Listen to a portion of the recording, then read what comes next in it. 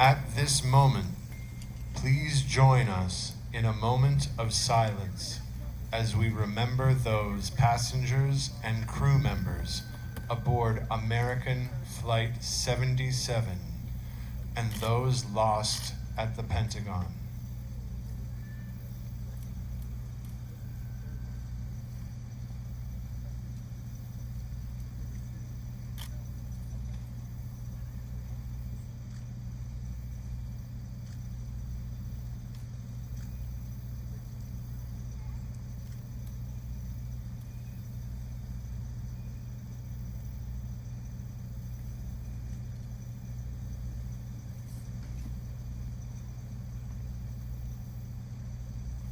Thank you.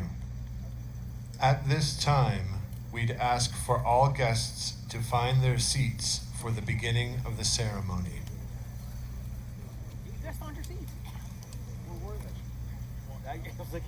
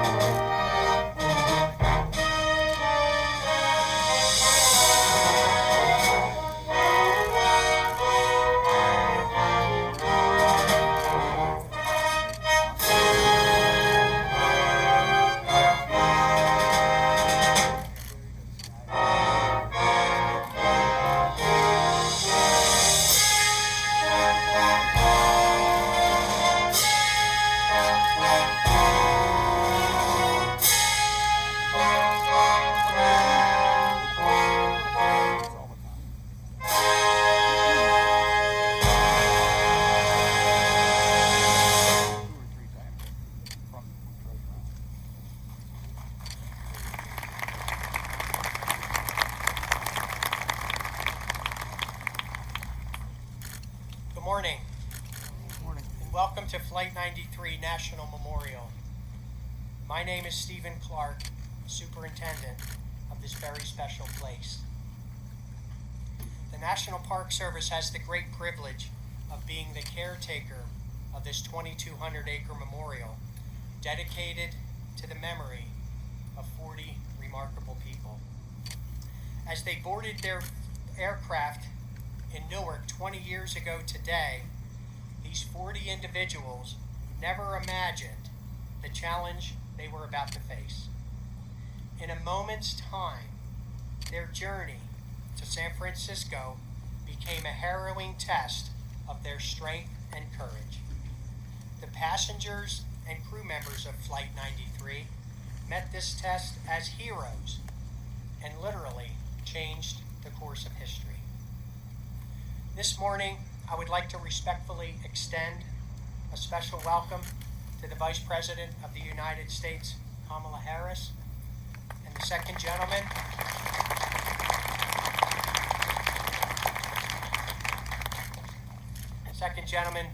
Douglas Emhoff, and to the 43rd President of the United States, George W. Bush.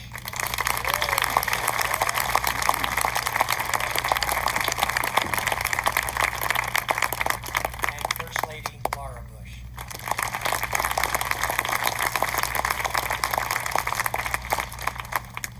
I'd also like to provide a special welcome to the Secretary of the Interior, Deb Haaland.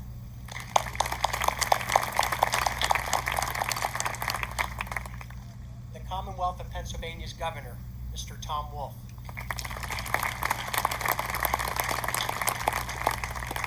And finally, the President of the families of Flight 93, Mr. Gordon Phelp.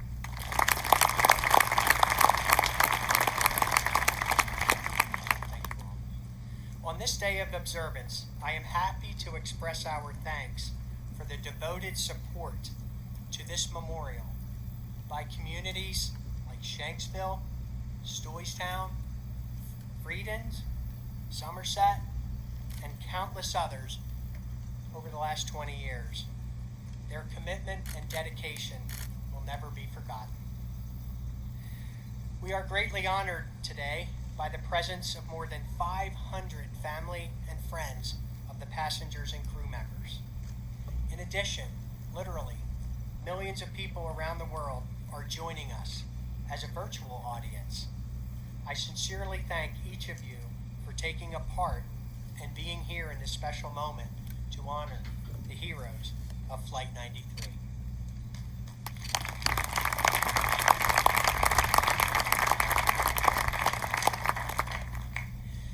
As our nation continues to work together to fight the global pandemic, we encourage those in attendance today to join us in wearing a face covering. We have come together with the families and passengers and crew members to honor the 40 heroes of Flight 93. By observing this precaution, we can best protect ourselves and look out for each other on this day of remembrance. 20 years ago today, when the United States was attacked, numerous heroes emerged in New York, at the Pentagon, and aboard Flight 93. The 40 passengers and crew members, mostly strangers to one another, collectively stopped their hijacked plane from reaching its target. Their actions saved hundreds, perhaps thousands of lives and preserved the United States Capitol, the symbol and the center of our democracy. For 20 years, they have been remembered as examples of the best of humanity, having displayed strength and resilience in the face of tremendous adversity. We remember and we come together today to honor them. Let us also remember those who perished at the World Trade Center and at the Pentagon on that day 20 years ago. I ask that you please stand as you are able for our national anthem performed by the President's own United States Marine Band. Please remain standing afterwards for the invocation led by Reverend Dr. Margaret Grun-Kibben, the chaplain of the United States House of Representatives. Oh, sinner, you see, by the dawn's early light, what so proudly we hailed at the twilight's last gleaming, whose broad stripes and bright stars through the perilous fight for the ramparts we watched were so gallantly streaming, and the rockets' red glare, the bombs bursting in air, gave proof through the night that our flag was still there. Oh, say does that star-spangled banner yet wave o'er the land of the free and the home of the brave?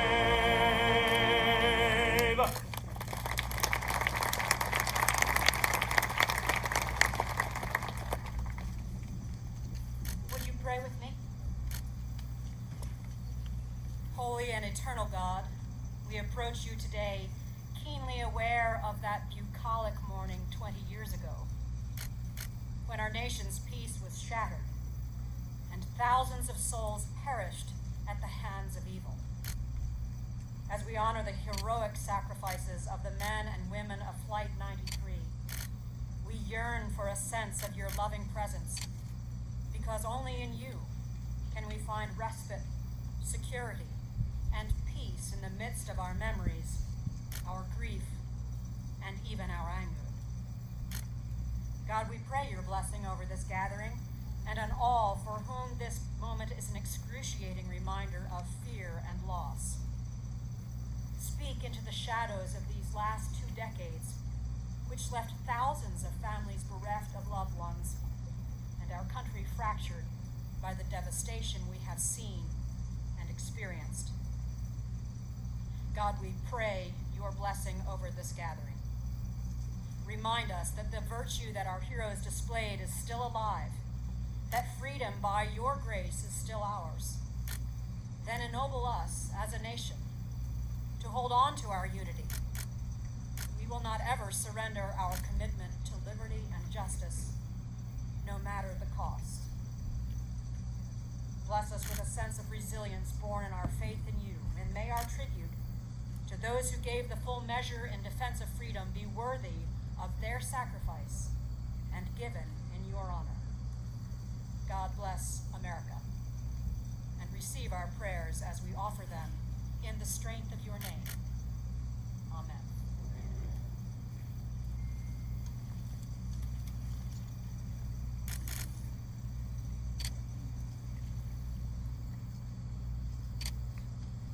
Thank you, Chaplain Kibben, for those beautiful, inspirational words. Ladies and gentlemen, please be seated.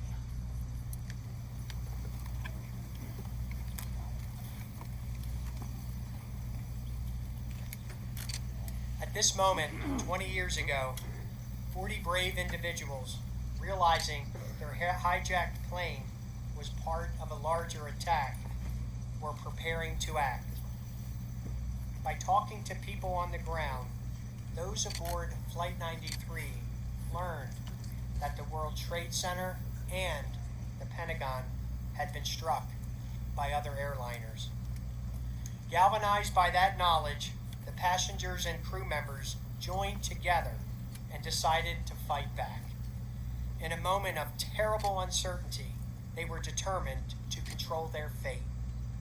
Their collective action that morning continues to inspire Americans and people all around the world. It is truly fitting that we pause to remember those individuals who lost their lives and saved so many when Flight 93 crashed into the hallowed ground just next to us at 10:03 a.m. Helping to pay tribute to the 40 passengers and crew members this morning is Alan M. Hantman, the architect of the United States Capitol on September 11, 2001. Mr. Hampman will lead the reading of the names, joined by family members who will read the names of their loved ones. After each name is read, Kevin Husek and Christian Boyd, who were first on the scene with an ambulance crew out of Somerset to respond after the crash. Those true heroes, those patriots, both Kevin and Christian, will ring the bells of remembrance in their memory. Following the moment of remembrance, retired Los Angeles City Fire Department Battalion Chief Stephen Ruda will offer a brief reading.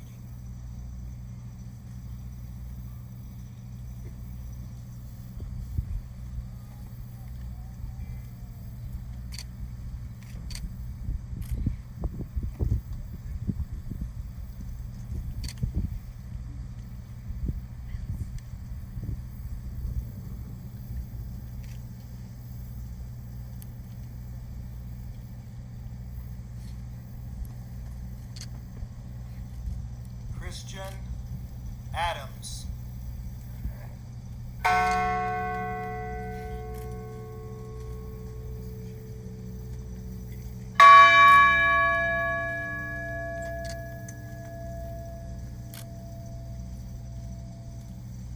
Lorraine Grace Bay, our angel.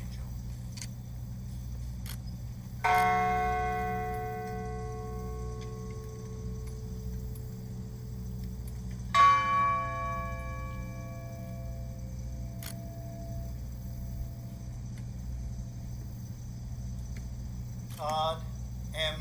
Beamer.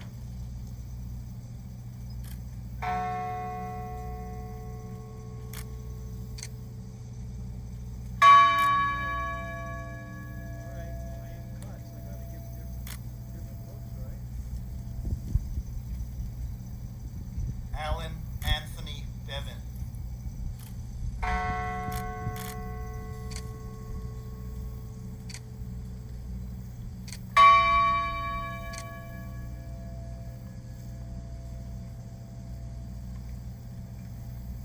Mark Bingham.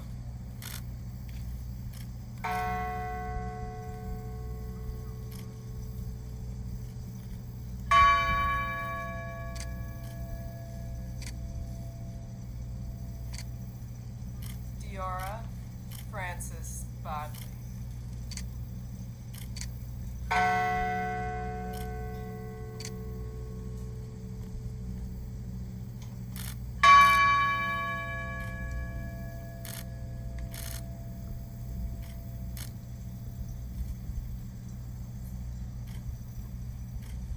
Sandy Law Bradshaw.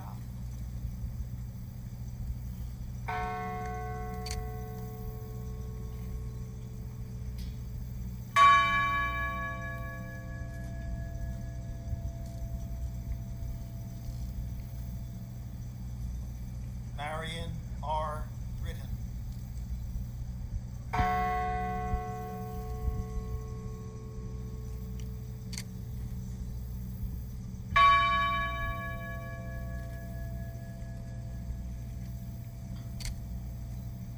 Thomas Burnett.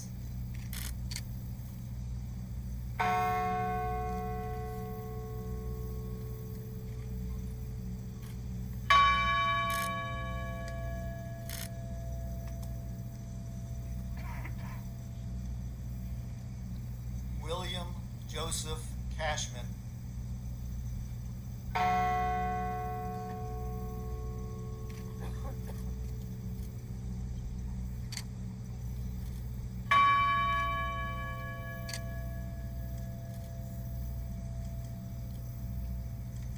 Georgine Rose Corrigan Marison.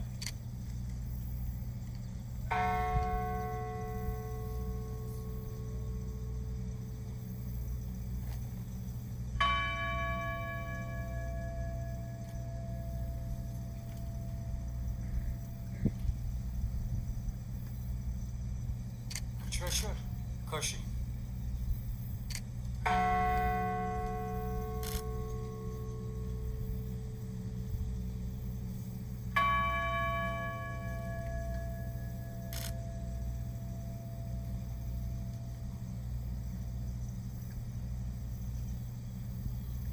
Captain Jason Matthew Dahl.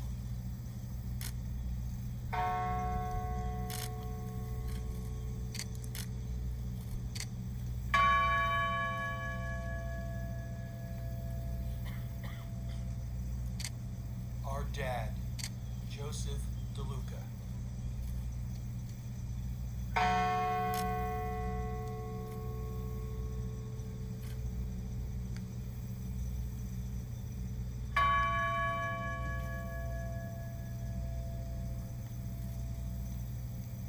Patrick Joseph Driscoll.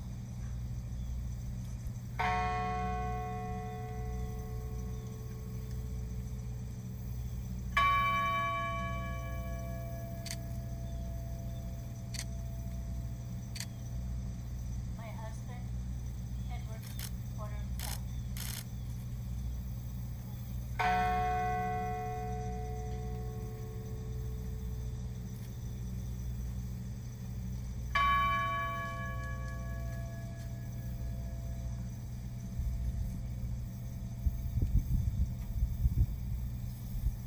Jane C.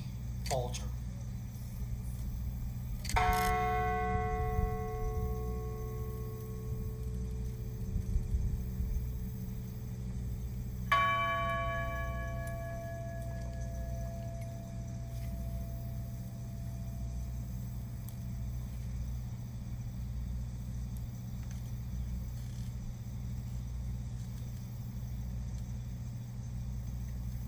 Colleen Frazier.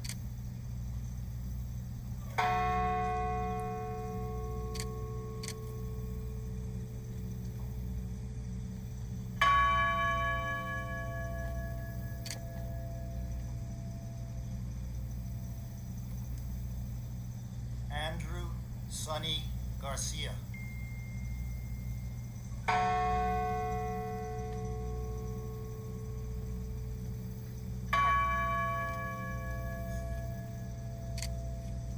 Our beautiful loved one, Jeremy Logan Glenn.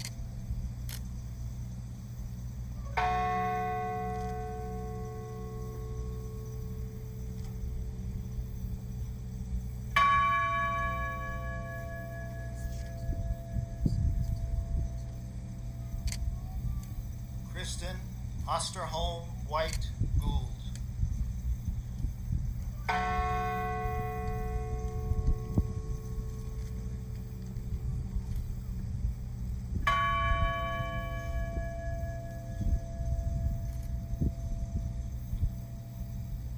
Lauren Catuzzi Grant-Colas and our unborn child.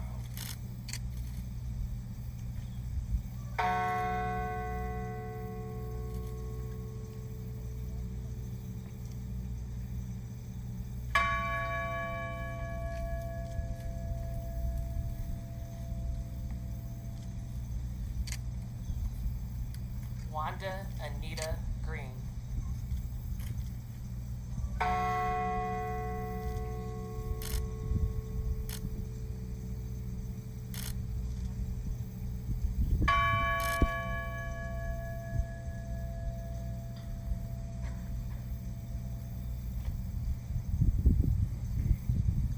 My dad, Donald Freeman Green.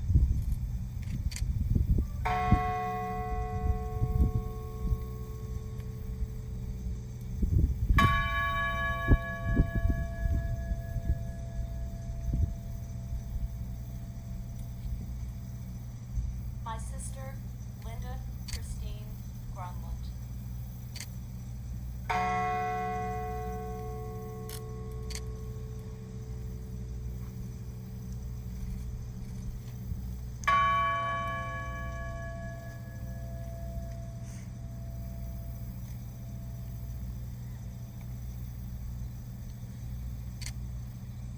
My beloved brother and son, Richard Jerry Woodagno.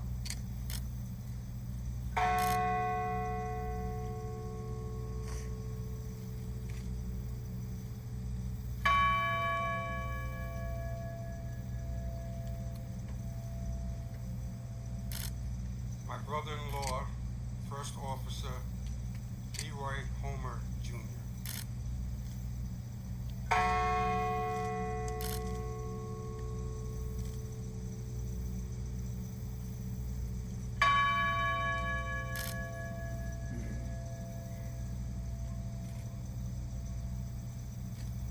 Hoshea Kuga.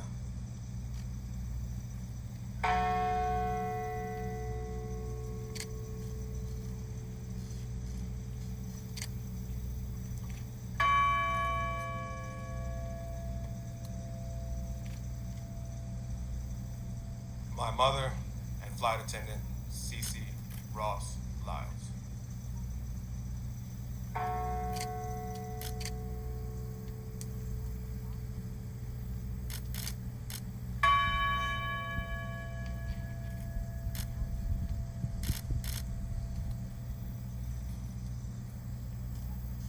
My grandmother, Hilda Marson.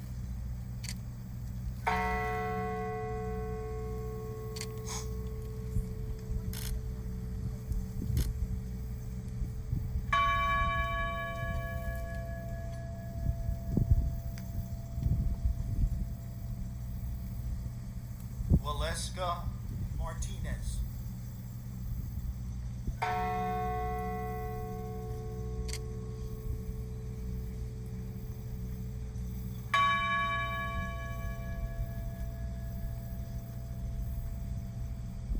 My sister, Nicole Carol Miller.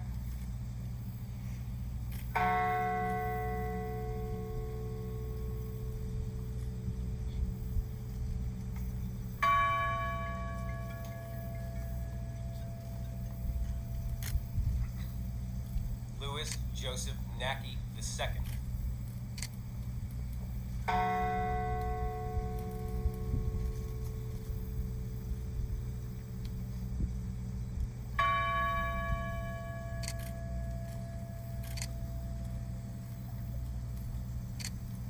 Donald Arthur Peterson.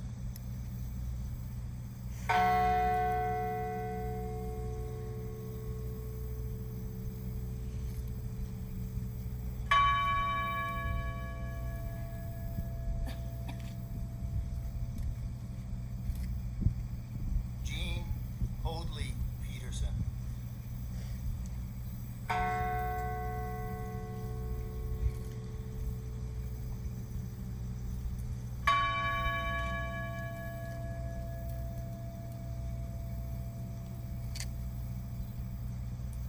Mark David Rothenberg.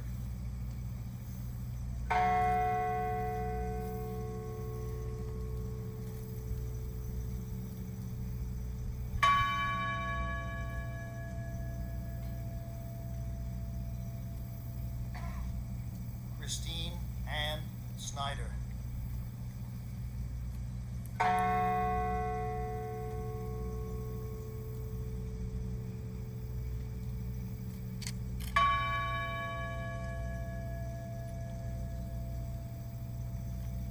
My dad, John Talagnani.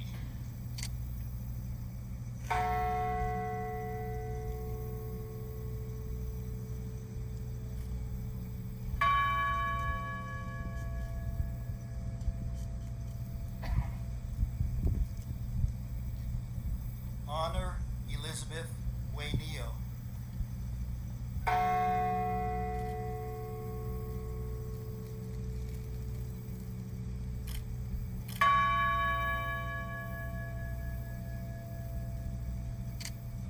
My cousin, Debbie Jacobs Welsh.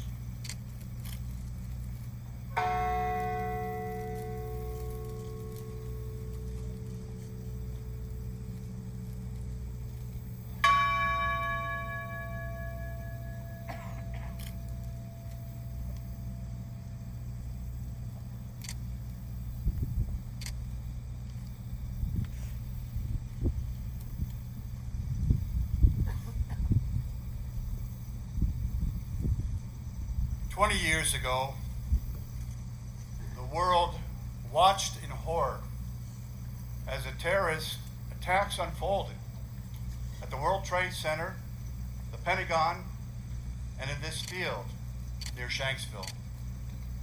On that day, my vision here at this holy site was one of a lone fire engine with its crew at the ready for potential rescue and firefighting.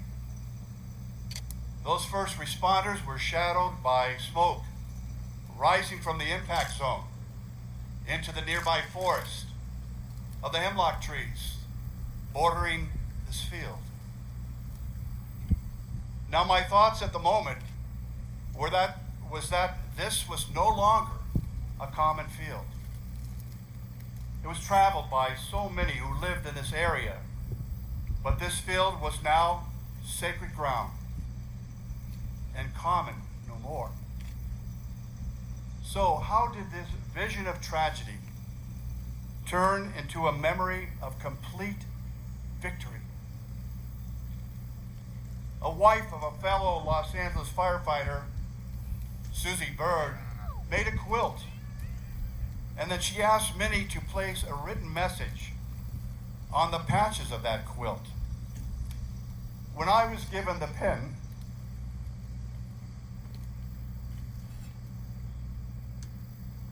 I recollected the vision that I had seen on September the 11th, 2001, and I wrote, "A common field one day, a field of honor forever." Now, these simple words caught the attention of one of the archivists who collected many thoughts that were sent here to this beautiful memorial. These words became the preamble for the mission statement that has guided and processed for permanently memorializing the 40 passengers and crew of Flight 93 over the past 20 years.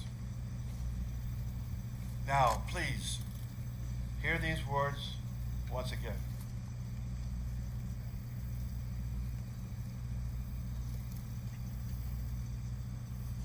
A common field one day, a field of honor forever. May all who visit this place remember the collective acts of courage and sacrifice of the passengers and crew. Revere this hallowed ground as the final resting place of those heroes, and reflect on the power of individuals who chose to make a difference. Peace be with you.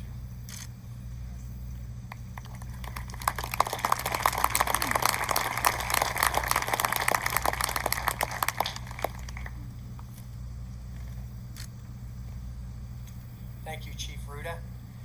Your eloquent words have truly helped to define our understanding of this hallowed ground, sir. Thank you. Once again, our sincere appreciation to Mr. Handman, all of our family readers, and finally, bell ringers Kevin Husek and Christian Boyd. This nation relies upon the men and women of our military for our protection. We owe them a debt of gratitude which truly can never be repaid for their sacrifices they and their families have made in preserving this great nation. I would like to acknowledge the men and women currently serving in our nation's military and all of our veterans who have so bravely served this country. Assisting with today's observance are 40 sailors from USS Somerset, named for Somerset County, where Flight 93 crashed. She is one of 3 ships that remember the tragic events of September 11th, along with USS Arlington and USS New York. Thank you, sailors, for being with us this morning.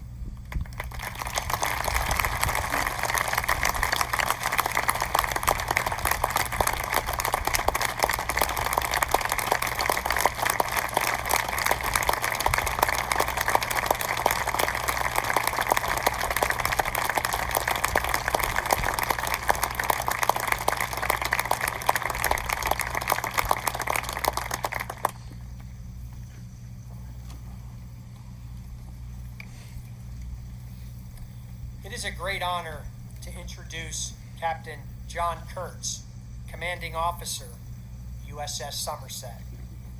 Captain Kurtz grew up in Pennsylvania and graduated from the Naval Academy in 1996.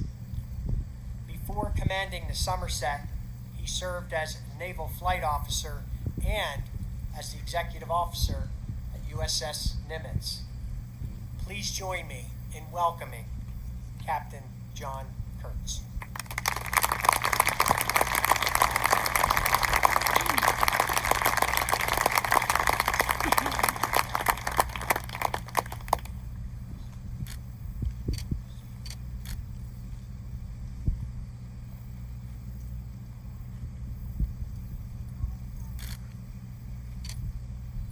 Virtus per adversa. Courage through adversity. That is the motto of USS Somerset and the reason we gather here today. To honor a remarkable act of courage by 40 strangers in the face of unimaginable adversity. Good morning, families and friends of the heroes of Flight 93. Vice President Harris, Mr. Emhoff, Governor Wolf, former President Bush, Mrs. Bush, Secretary Holland, Mr. Phelp, Mr. Clark, and Chief Ruda. It is one of the highest honors of my life to be here representing the nearly 435 United States sailors and Marines currently serving aboard USS Somerset. Courage through adversity, a motto rooted in heroic action 20 years ago in the skies above us, means a lot to our crew. The story of Flight 93 is one of 40 people brought together by circumstance, most of whom knew no one on board, banding together in a time of crisis. I could think of no greater act of service, no higher calling than prioritizing the lives of others when one's very existence is at stake. Defying comprehension, these unsuspecting people, suddenly thrust into an extraordinary situation, acted with complete selflessness in defense of cherished national symbols, important beacons to the world, and countless nameless faces below. On September 10, 2001, it may have been impossible to imagine, and yet we find ourselves here today in a quiet Pennsylvania field, reverently remembering such a selfless act. The Department of Defense's theme for this anniversary is Educate and Remember. Aboard Somerset, we take this responsibility very seriously. Every month, we gather our newly arrived sailors to help them adjust to ship life. This is their introduction to the crew and ours to them.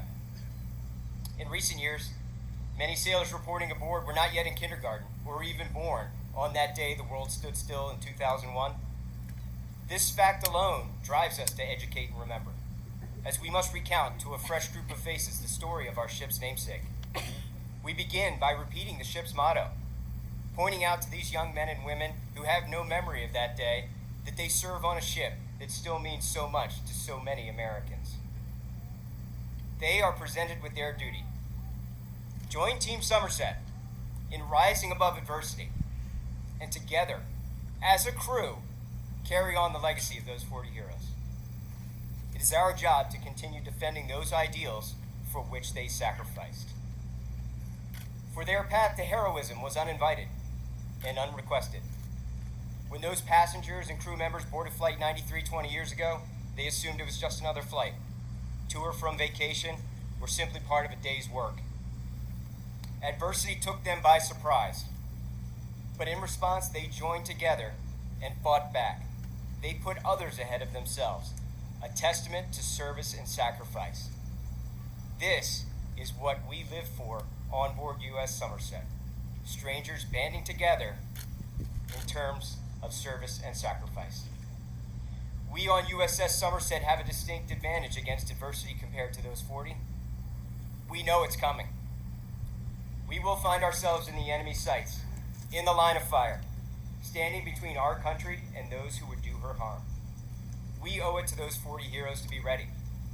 They deserve nothing less than our utmost effort to build on their example.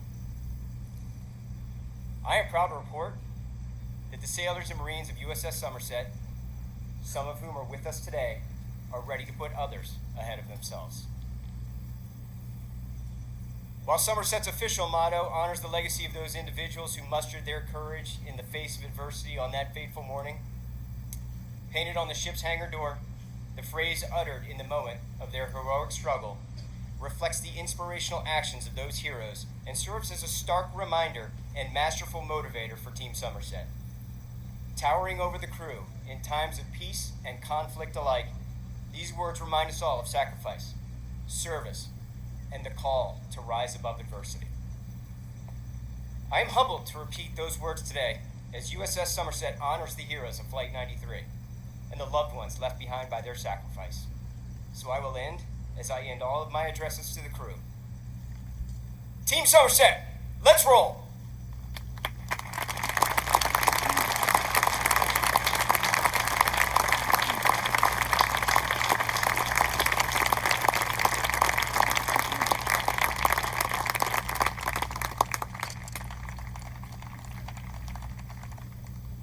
Ladies and gentlemen, I think our nation is in truly incredible hands. Having gotten to know the captain and the sailors of the Somerset and all throughout Somerset County over the last couple of days, Captain, you truly have made this event even more memorable. So, sir, thank you again for your service. God bless you, and it's so great to have you and your sailors here today. Thank you.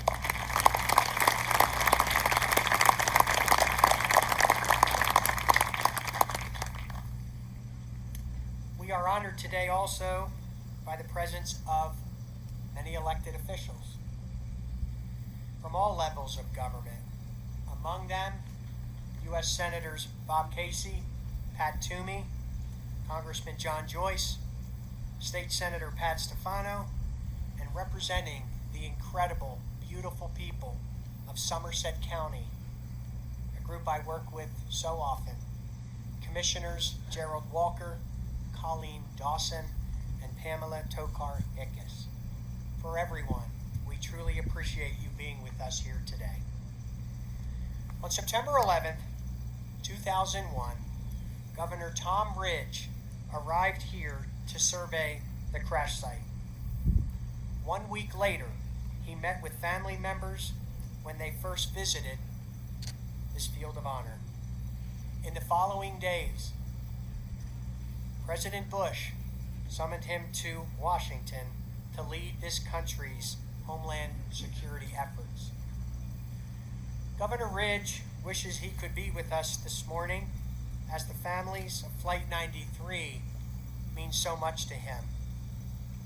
When I spoke to him just a few short days ago, he asked me to remind everyone that the kindness, generosity, and compassion displayed by all Americans after September 11th remain vital to our nation's resilience and security. Governor Ridge, you are indeed with us in spirit, and thank you so much for your support over these many years.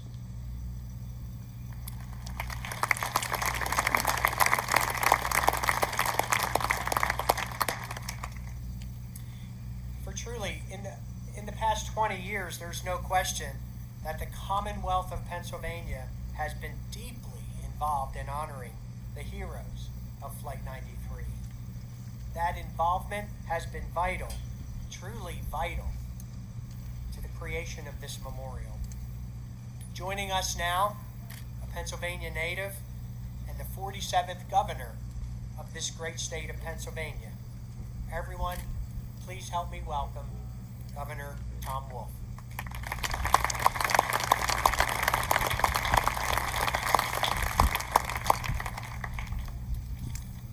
Thank you, Stephen.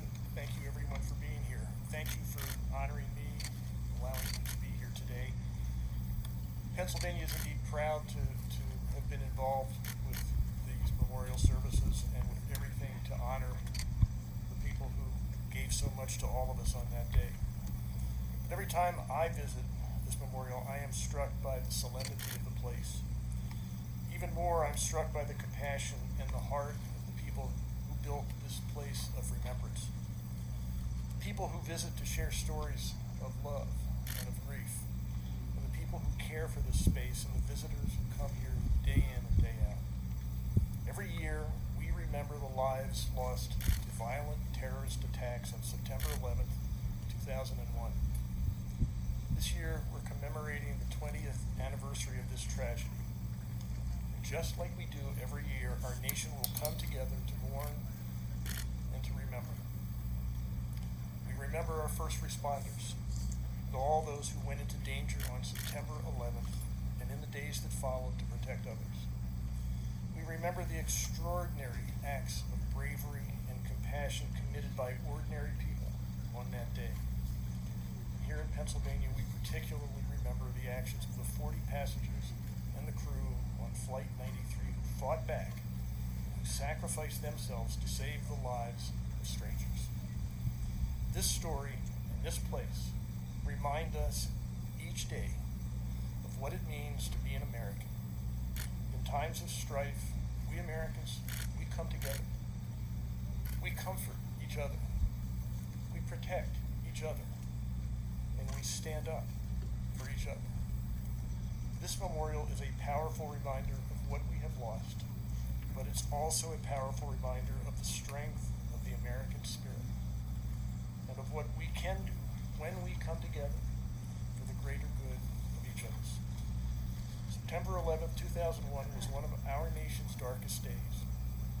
Now, 20 years later, we look back and remember the people who brought light to that darkness, who gave us hope when we were all sunk in despair, who reminded us how far we Americans can go to protect our fellow Americans. It's their example that each of us should strive to follow today and every day. Thank you very much.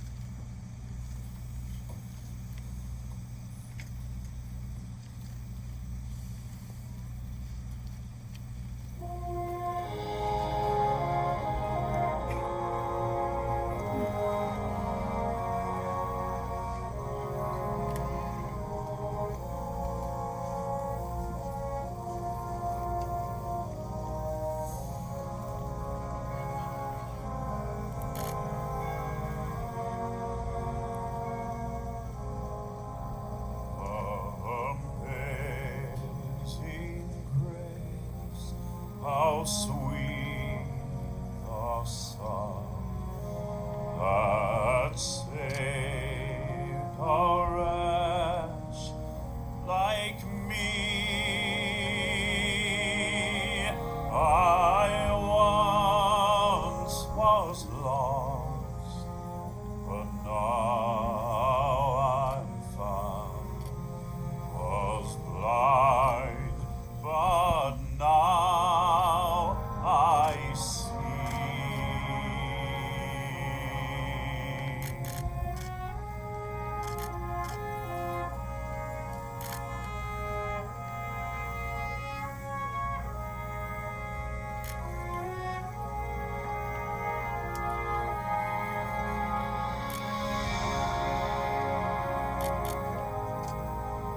Was grace that taught my heart to feel, and grace my fears relieved. How precious did that grace appear, the hour I first believed.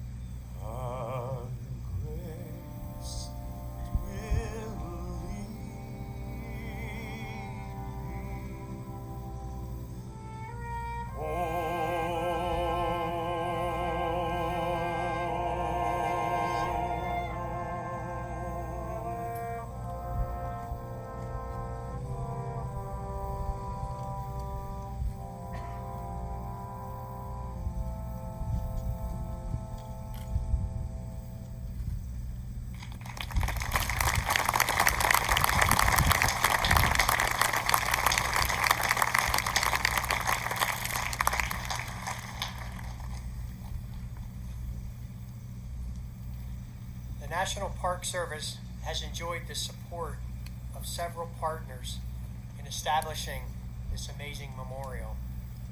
We are grateful, of course, to the families of Flight 93, the friends of Flight 93, the National Park Foundation, and to all of those who have helped make the memorial what it is today, 20 years after September 11th. It is my distinct pleasure to introduce Mr. Gordon Phelp, the president of the families of Flight 93. He is the brother of passenger Edward Porter Phelp and has long been the key spokesperson for the families. I've known Gordy for several years now, and I greatly admire his unwavering commitment to the Flight 93 National Memorial and to the 40 heroes. He has been an inspiration as well as a good friend to me and to so many of us here gathered today. Ladies and gentlemen, please help me welcome Mr. Gordon Phelp.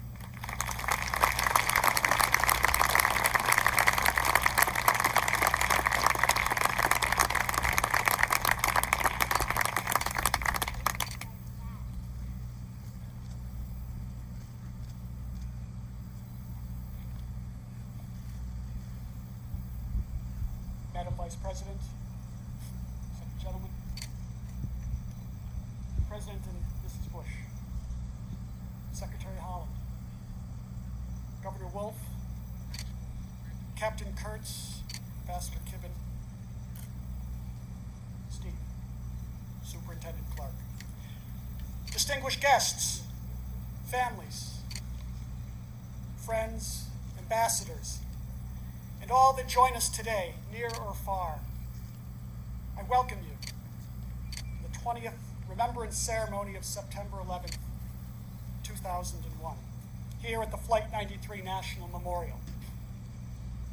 To the men and women that serve aboard the USS Somerset here today, and all of those active duty members and veterans in attendance, near and far, you honor us with your presence.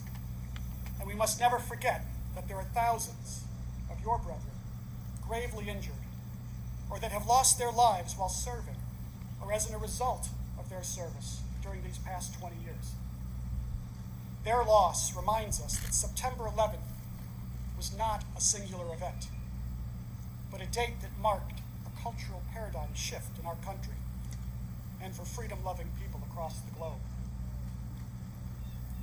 To the families of Flight 93 here and at home, honoring a loved one, my heart goes out to you. Having lost a brother on September 11th, I too live with a grief that is deep, consuming, and always present. For those that lost loved ones in the terrorist attacks on our country 20 years ago today, you know that we can never move on, but that we must continue to move forward. On September 11th, 2001, we lost a total of 2,977 innocent souls. And that morning, more than 6,000 people were injured in the attack on our country. 2,606 died in the World Trade Center, 125 at the Pentagon, and 246 innocent people were murdered on the 4 hijacked planes, 40 of which were on Flight 93, brought down here in a field just outside of Shanksville, Pennsylvania, as our heroes fought to overcome the evil brought to our shores that morning. To date, an additional 2,000 first responders that took part in the immediate rescue and continued recovery efforts have died from related illnesses. And with every month, we continue to lose more. The ripple effect of September 11th is unfathomable. There are still many questions to be answered about the day, facts to be declassified and released, and justice to be served. So much of September 11th involved pain, loss, and terror. Our lives were never to be the same. And And yet, from the ashes of the day, stories of heroism and extraordinary courage emerged, providing hope to a world adrift in fear and confusion. First responders running into burning buildings with little regard for their own safety, while citizens inside those buildings refused to run from danger so that they could offer assistance and comfort to those less able, surely knowing that their decision would cost them all but their honor.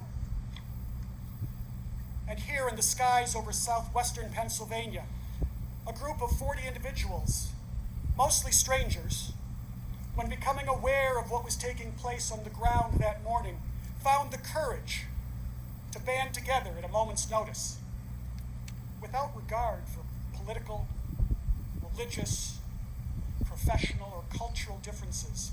Our 40, under extreme conditions, were able to change the course of history, averting the potential of our final image that fateful day, being the Capitol dome, collapsed and on fire, the greatest symbol of our democracy in ruins.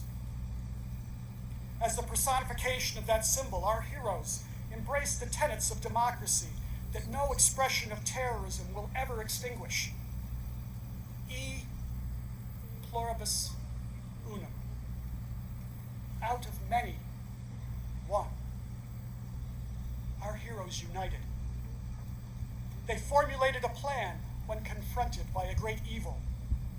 They prayed.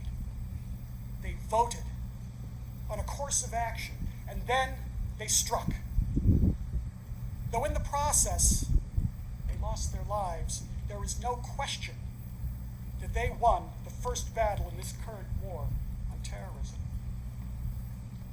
35 minutes, 9:28 to 10:03 a.m. From the initial terrorist attack on Flight 93 until the moment the plane came down on our sacred ground. A lifetime. A moment. Forever. Yesterday. Here on the ground, first responders, aware of what was taking place in New York, at the Pentagon, and in the midst of fear and uncertainty, instinctively reacted to the horror that was brought to their rural community in a way that has forever altered their lives. These proud men and women of Somerset County and the surrounding region demonstrated everything that is awesome about the United States of America. Terrorism met rural America, proud, strong, determined. The relationship our families and our nation has forged with this local community is extraordinary. To our extended family here in the Somerset County region, you will forever have our complete gratitude. You have embraced us and the story of our loved ones in a selfless, fiercely protective fashion, even as you continue to move forward, carrying the pain and anguish thrust upon your community 20 years ago. Recently, I was listening to former Congressman Trey Gowdy discussing the ultimate sacrifices made by our men and women in uniform. During his remarks, I was struck by a common theme that I do not recall highlighted in prior years. It was a theme that I felt strongly was consistent with the story of the heroes of Flight 93 and all those we lost on September 11th. I experienced a moment of clarity that brought my understanding of heroism and of sacrifice to an uncomfortable reality, moving me to question who we are as a society.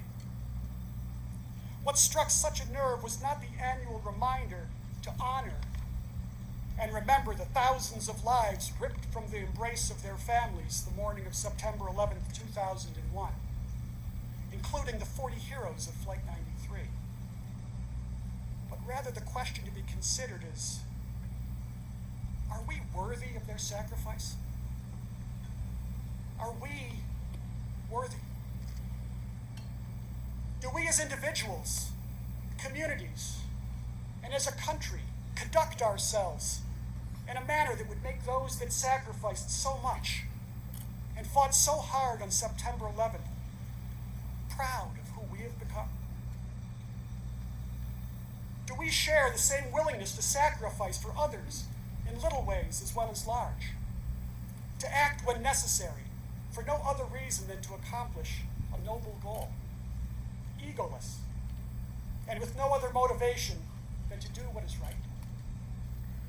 Do we cherish the hard-earned freedoms that we enjoy, secured every generation by those willing to stand toe-to-toe with anyone or any country willing to steal them away? The real question that we must all ask ourselves is, have we as a society moved on and left the hard-earned lessons of September 11th behind? Have we become desensitized to what really happened that fateful morning? Have we diminished the courageous actions of these brave men and women, these heroes we honor today at the Flight 93 National Memorial, as well as those in New York City and at the Pentagon, by relegating their stories to the history books? As a country, we shouldn't seek to move on, but rather let us dedicate ourselves to moving forward, honoring and remembering the sacrifices made on September 11th, the lessons we learned, remembering the names, the individuals, and the collective actions of so many that day. Let us be worthy of the selfless sacrifices that were made.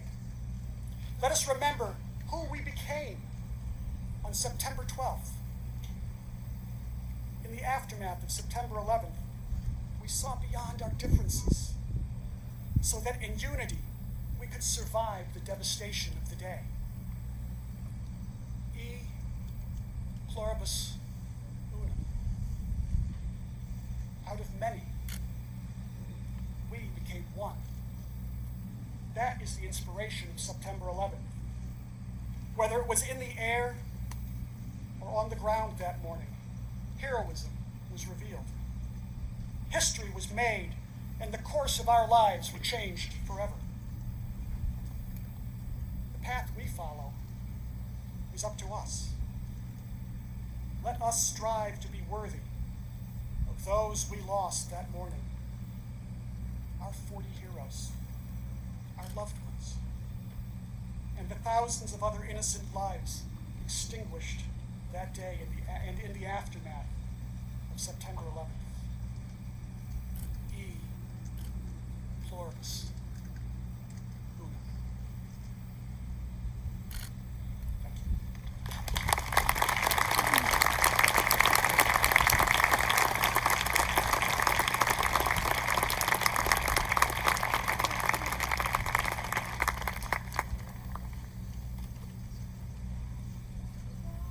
Thank you, Gordy. An enduring moment in the days after September 11th occurred when President George W. Bush used a bullhorn to speak to firefighters at Ground Zero in New York. His words provided sorely needed encouragement to a grieving country. A common thread of heroism running through each of the 3 attack sites on September 11th was the devotion to duty shown by our first responders. They made the nation proud then, and they continue to do that now. Thank you to all of our first responders across these great United States, for we are truly grateful for your service.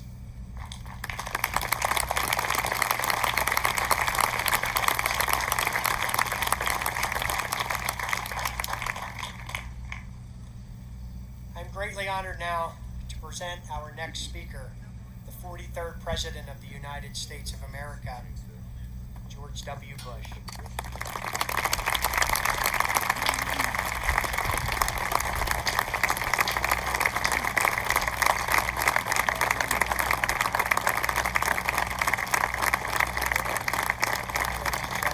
Accompanying him today is First Lady Laura Bush, who occupies a special place in the hearts and families of Flight 93, for on September 17th, Mrs. Bush traveled here to offer her condolences and to those of America to the families and passengers of Flight 93.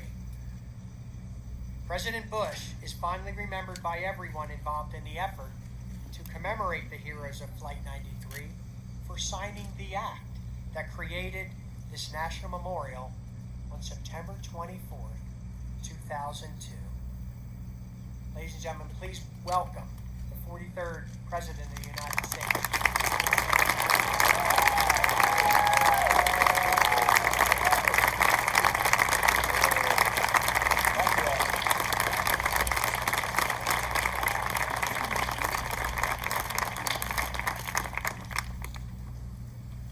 Thank you very much. Laura and I are honored to be with you. Madam Vice President, Vice President Cheney,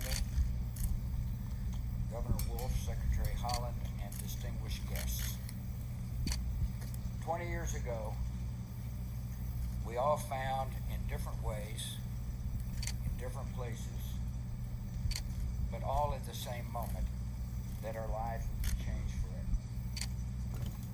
The world was loud with carnage and sirens, and then quiet with missing voices that would never be heard again. These lives remain precious to our country, and infinitely precious to many of you. Today we remember your loss, we share your sorrow, and we honor the men and women you have loved so long and so well. For those too young to recall that clear September day, it is hard to describe the mix of feelings we experienced. There was horror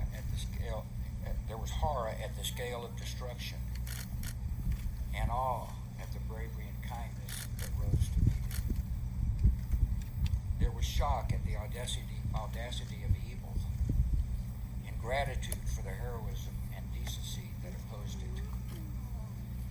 In the sacrifice of the first responders, in the mutual aid of strangers, in the solidarity of grief and grace, the actions of an enemy revealed the spirit of a people, and we were proud of our wounded nation. In these memories, the passengers and crew of Flight 93 must always have an honored place.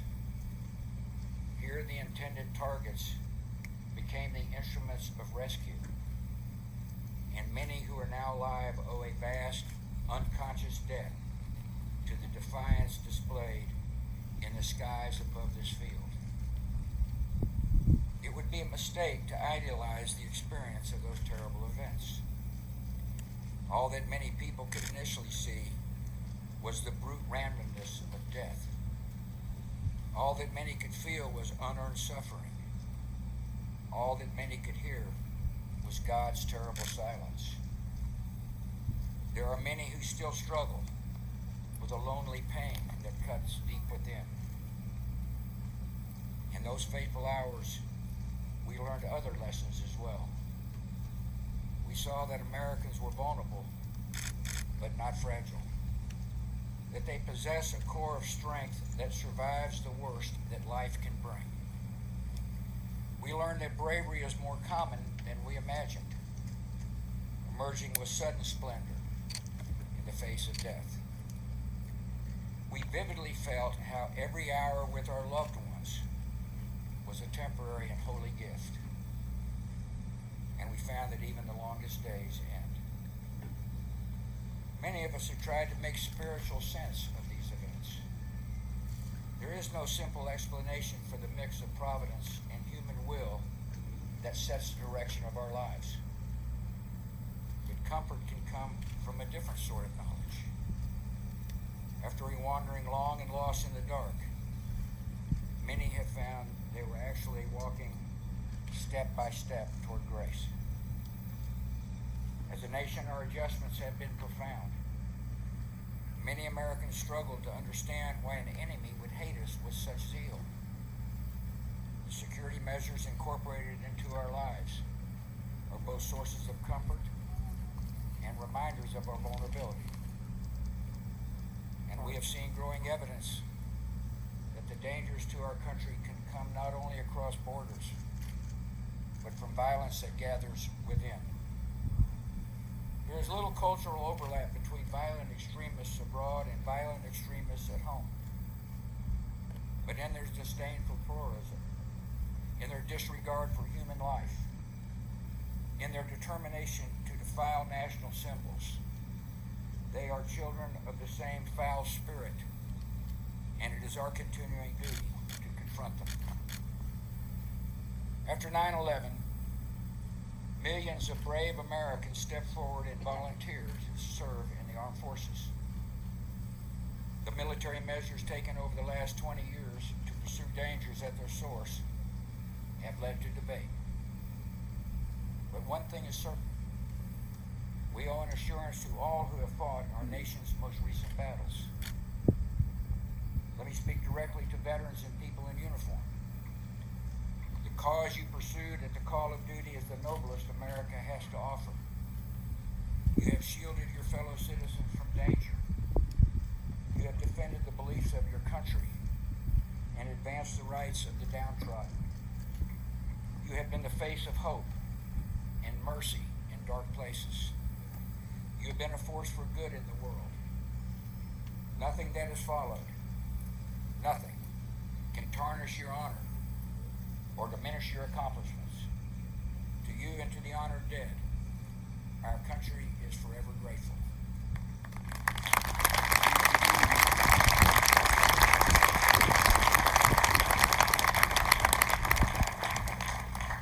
In the weeks and months following the 9/11 attacks, I was proud to lead an amazing, resilient, united people.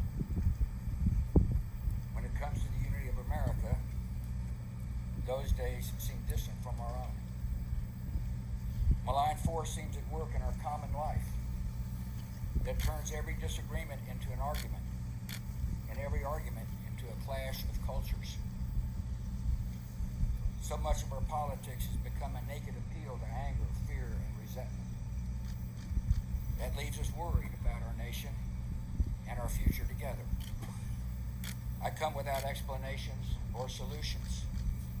I can only tell you what I've seen. On America's day of trial and grief, I saw millions of people instinctively grab for a neighbor's hand and rally to the cause of one another. That is the America I know.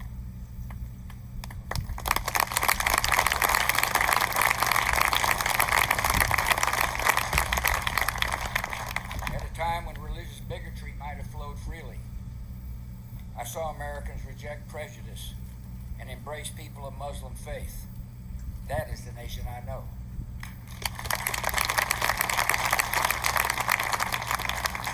At a time when nativism could have stirred hatred and violence against people perceived as outsiders, I saw Americans reaffirm their welcome to immigrants and refugees. That is the nation I know.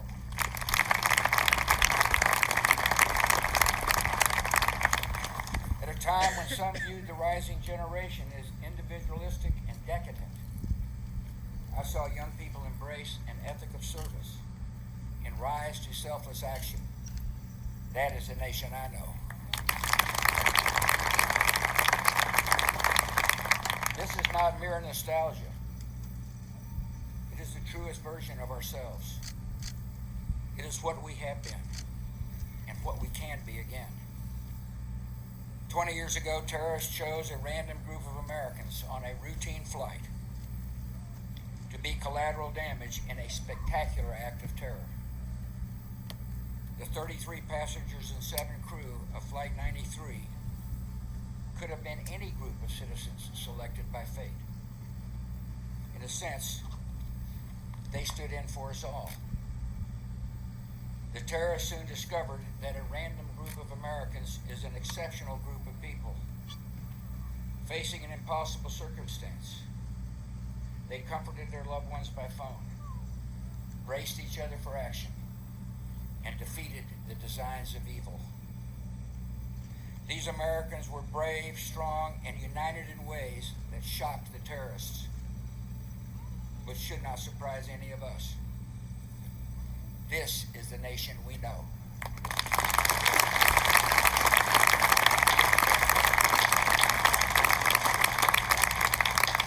And whenever we need hope and inspiration, we can look to the skies and remember. God bless.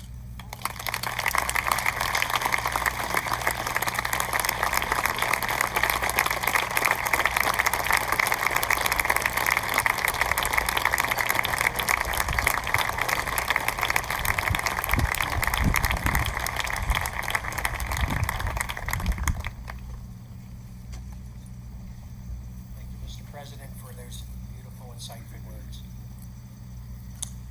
You know, President Bush and Mrs. Bush have visited here several times.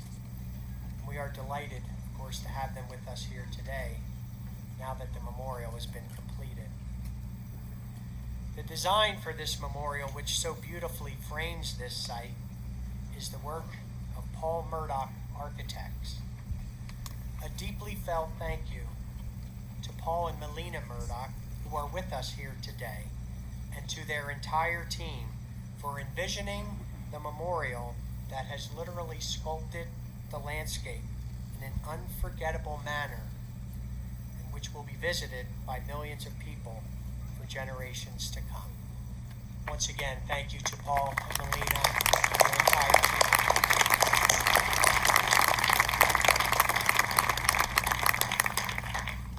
Thank you, sir. How could we not embrace, to my left, the incredible men and women of the President's own United States Marine Band?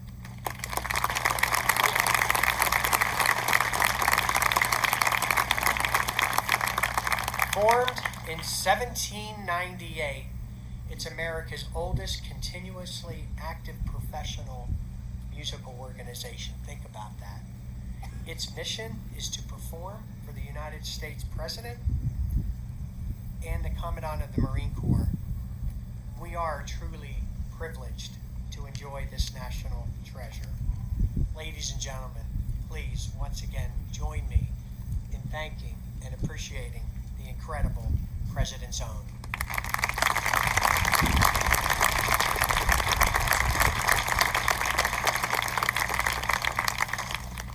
Thank you, Colonel. At this time, I am proud to welcome the Secretary of the United States Department of the Interior, Deb Haaland, the 54th person entrusted with that responsibility.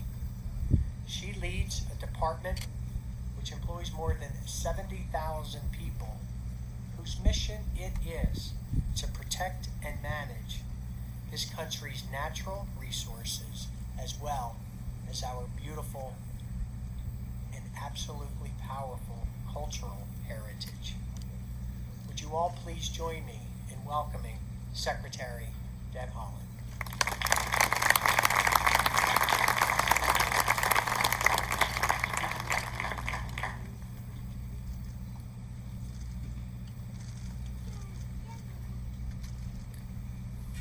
Thank you all so much. President Bush, thank you for your inspiring words. Madam Vice President, very honored to be here with you. Families, friends, active duty service personnel, thank you so much for the opportunity to join you all on this somber anniversary. 20 years ago, I was waking up to get my first grader ready for school and was stunned by the news on the radio. I rushed to turn on the TV and watch the imagery in disbelief. Like many parents, I nervously took my child to school. The pickup line was longer than usual that day. I know parents just wanted to hold their children close as soon as they could. Instead of being in a rush to get to their next event, soccer practice, or home for homework, parents, students, teachers, and school support staff joined hands around the school for a moment of silence. We mourned together. Every year on this day, we remember those we lost. We remember the first responders who ran in when everyone was running out. We remember the emergency crews who helped in the aftermath of that fateful day. We remember where we were and how we felt. And on this hallowed ground, we remember the heroes who made the ultimate sacrifice to save others. We honor their families, and we recognize the selfless patriotism they demonstrated on that September morning 20 years ago. It is with the support of the families of Flight 93, the Flight 93 Advisory Commission, the Flight 93 Memorial Task Force, Friends of Flight 93, and the National Park Foundation that this memorial serves as an enduring reminder of their bravery. There's no way to know how many lives these heroes saved, but we show our gratitude by visiting this place, gathering with loved ones, and most importantly, building a country where their children and grandchildren can thrive. Building a country of which they would be proud. We at the Interior Department will live up to that sacred responsibility by being good stewards of this memorial for generations to come. I appreciate everyone who works so hard every day, including our National Park Service employees and the volunteers, to care for this land, to honor it for those who were lost, so that we may never forget their sacrifice. My child is grown now. Many like them have little, if any, memory of that day when our nation came together in grief. But thanks to this memorial, they and other children will know the story of what happened here. A set of brave individuals who made the ultimate sacrifice for our country. Their story will live on. To continue our remembrance, it is my honor and privilege to introduce our esteemed Vice President, Pamela Harris.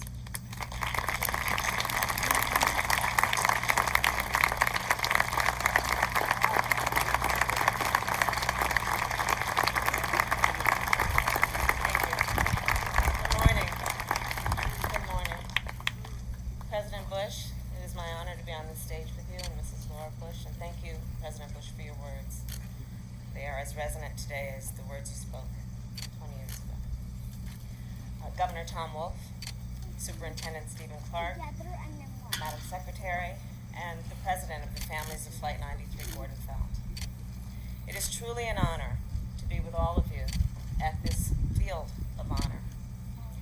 We are joined today, of course, by the family and friends of the 40 passengers and crew members of Flight 93.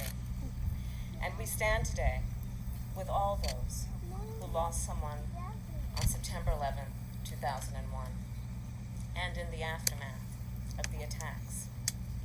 So many in our nation, too many in our nation, have deeply felt the passage of time these last 20 years. Every birthday, your loved one missed. Every holiday, every time her favorite team won, or his favorite song came on the radio. Every time you've tucked in your children or dropped them off at college, you have felt every day, every week, and every year that has passed these 20 years. So please know your nation sees you, and we stand with you, and we support you. We are gathered today on hallowed ground, at this place that has been sanctified by sacrifice, to honor the heroism that the 40 passengers and crew members showed in the face of grave terrorism. I remember when I first learned about what happened on that fateful flight. What happened on Flight 93 told us then, and it still tells us, so much about the courage of those on board who gave everything they possibly could, about the resolve of the first responders who risked everything, and about the resilience of the American people. On this 20th anniversary, on this solemn day of remembrance, we must challenge ourselves, yes, to look back, to remember, for the sake of our children, for the sake of their children. And for that reason, we must also look forward. We must also look toward the future. Because in the end, I do believe that is what the 40 were fighting for. Their future and ours. On the days that followed, September 11th, 2001, we were all reminded that unity is possible in America.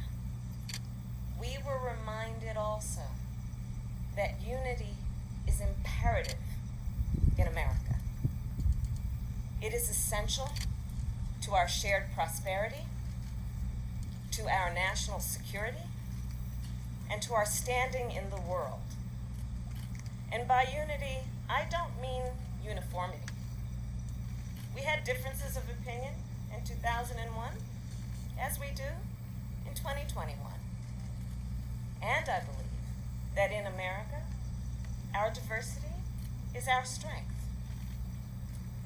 At the same time, we saw after 9/11 how fear can be used to sow division in our nation. As Sikh and Muslim Americans were targeted because of how they looked or how they worshiped. But we also saw what happens when so many Americans, in the spirit of our nation, stand in solidarity with all people and their fellow American, with those who experience violence and discrimination, when we stand together. And looking back, we remember the vast majority of Americans were unified in purpose to help families heal, to help communities recover, to defend our nation, and to keep us safe. In a time of outright terror, we turned toward each other. In the face of a stranger, we saw a neighbor and a friend. That time reminded us the significance and the strength of our unity as Americans, and that it is possible in America. So, moments from now, we will leave this hallowed place, still carrying with us the pain of this loss, this tremendous loss, and still, the future will continue to unfold. We will face new challenges, challenges that we could not have seen 20 years ago. We will seize opportunities that were at one time unimaginable. And we know that what lies ahead is not certain. It is never certain. It has never been. But I know this. If we do the hard work of working together as Americans, if we remain united in purpose, we will be prepared for whatever comes next. The 40 passengers and crew members of Flight 93, as we all know, they didn't know each other. Most of them didn't know each other. They were different people from different places. They were on that particular flight for different reasons. But they did not focus on what may separate us. No, they focused on what we all share, on the humanity we all share. In a matter of minutes, in the most dire of circumstances, the 40 responded as one. They fought for their own lives and to save the lives of countless others at our nation's capital. After today, it is my hope and prayer that we continue to honor their courage, their conviction, with our own. That we honor their unity by strengthening our common bonds, by strengthening our global partnerships, and by always living out our highest ideals. This work will not be easy, it never has been. And it will take all of us believing in who we are as a nation. And it will take all of us going forth to work together. Thank you all. May God bless you, and may God bless America. Thank you.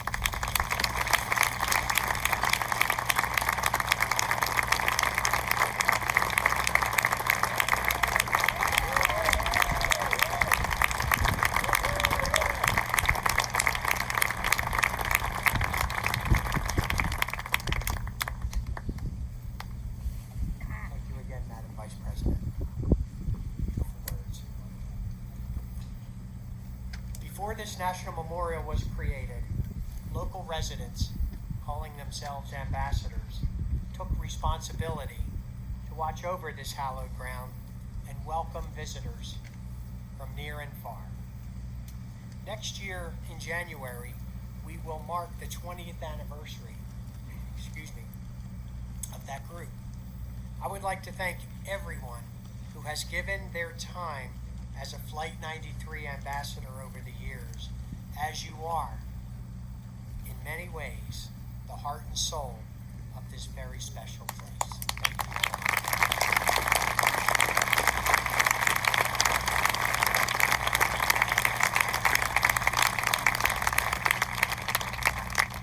Folks, it's literally over 10,000 hours a year by our ambassadors every day of the year, including those bitter, cold Western Pennsylvania February mornings. You will see, yes ma'am, our ambassadors. They're truly incredible people, and again, they were here since day one. As we close, if I may, today I am wearing a watch worn by my great-uncle William Joseph Clark, who was killed in the First World War. I wear it just 3 times a year. Memorial Day, Veterans Day, and September 11th. It is a cherished heirloom and an instrument which marks the passage of time. 20 years, the amount of time since September 11, 2001, is but a brief span in the history of this great nation. Time. We will always remember what happened more than 200 years ago at Independence Hall, where our country was born and our Constitution was signed. Time. We will always remember what happened more than 150 years ago at countless fields when our country fought an internal conflict from which it emerged even stronger and even more than united than ever. Time. We will always remember what happened more than 100 years ago when our nation joined the struggle to make the world safe for democracy and secured voting rights for women here at home. Time. We will always remember what happened more than 50 years ago across this country when brave citizens risked their lives to make our nation live up to its founding principles. Time. And undoubtedly, we shall always remember what happened 20 years ago today, when an attack on our nation brought forth an inspiring display of courage from 40 passengers and crew members aboard Flight 93.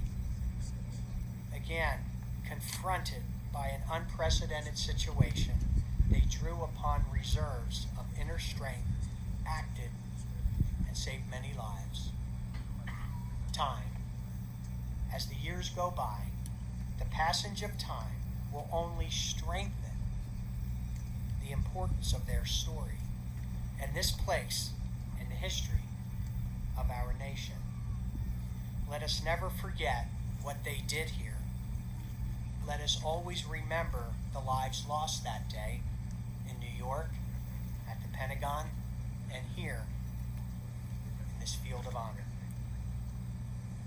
Among the more than 400 sites cared for by the National Park Service and many of our sacred historic places. This hallowed ground next to us, the resting place of the 40 heroes of Flight 93. Ladies and gentlemen, your loved ones is such a place. It too is one of the most important sites in our country, a place where brave men and women made history and shaped the future. When the events of September 11th have passed from living memory, this memorial, created through the tireless efforts of so many, will allow future generations to remember the inspiring story of Flight 93. Once again, ladies and gentlemen, we truly are grateful to all of you for making and taking time on this special, special day to join us in remembering and honoring the 40 heroes whose names are inscribed on that wall. To those around the world, to everyone with us here today, and our cherished, cherished family members, thank you all so very, very much. Thank you.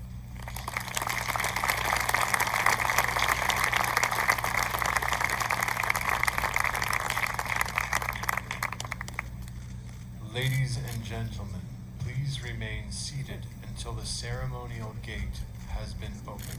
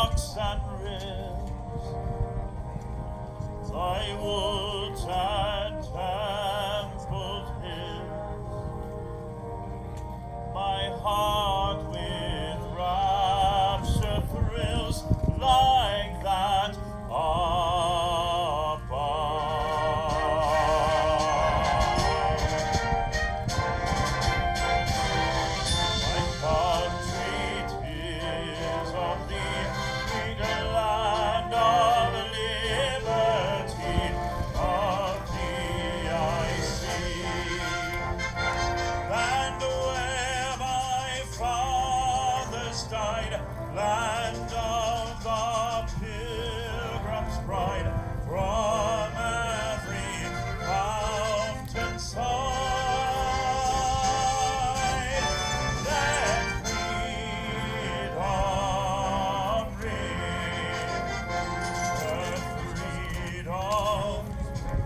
let freedom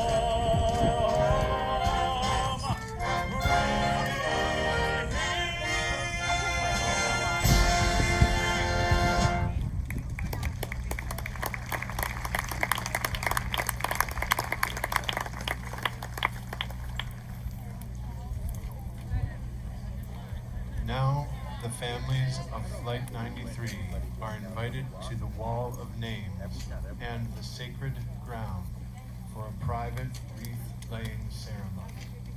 Thank you for attending today's service.